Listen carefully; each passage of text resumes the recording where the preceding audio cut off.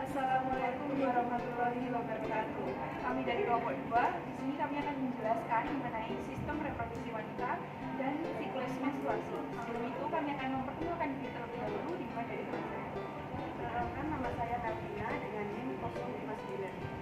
Nama saya Melvina dengan Perkenalkan, saya Dina Pratiana dengan NIM 061. Perkenalkan, nama saya Naura Dina Rahma dengan NIM 012.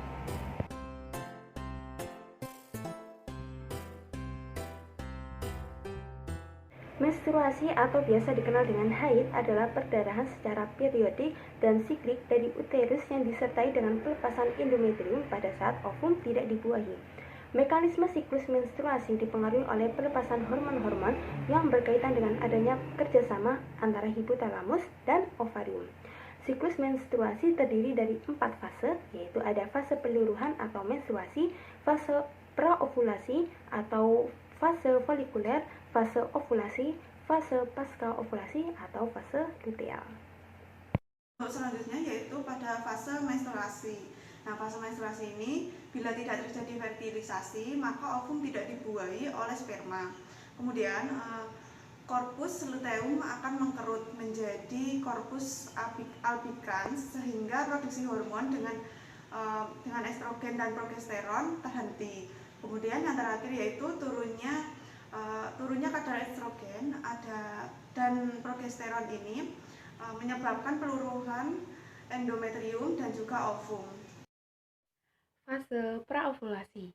Pada fase akhir menstruasi ini, hipotalamus mengeluarkan hormon gonadotropin yang merangsang hipofisis mengeluarkan FSH. FSH merangsang pembentukan folikel primer di dalam ovarium yang mengelilingi oosit primer. Keduanya akan tumbuh sampai hari ke-14 dari hari pertama menstruasi. Saat itu, folikel matang disambut dengan folikel digraft dengan oosit sekunder di dalamnya. Selama pertumbuhannya, folikel melepaskan hormon estrogen yang menyebabkan pembentukan kembali lapisan endometrium atau proliferasi dan penetralan sifat asam pada serviks agar lebih mendukung kehidupan sperma. Fase ovulasi. Ovulasi adalah proses keluarnya ovum dari ovarium. Ovum akan bergerak menuju ke rahim. Bersamaan dengan proses ini, dinding rahim menjadi tebal seperti spons yang penuh dengan pembuluh darah dan siap untuk menerima zigot. Pada umumnya, pada hari ke-14 terjadi perubahan produksi hormon. Peningkatan kadar estrogen selama praovulasi menimbulkan reaksi umpan balik yang negatif, yaitu penghambatan pelepasan FSH dari hipofisis.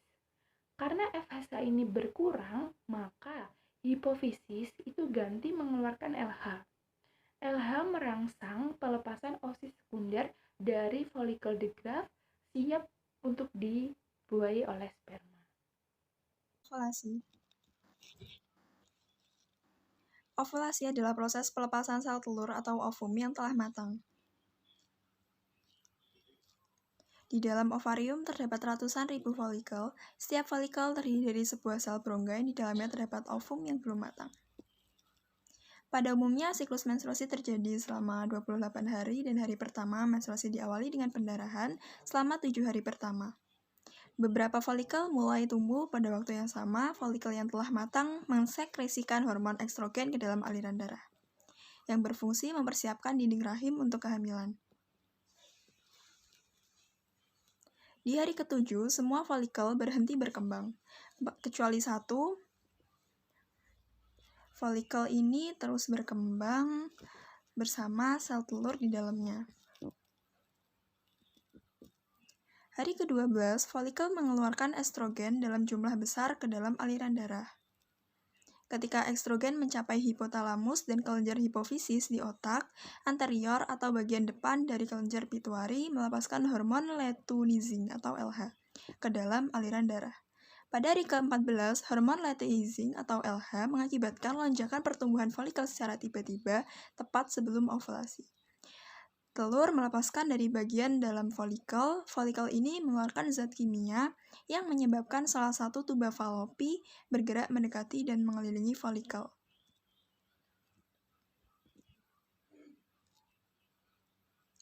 Folikel membengkak hingga terbuka. Sel telur pun dilepas dari folikel ke dalam rongga perut.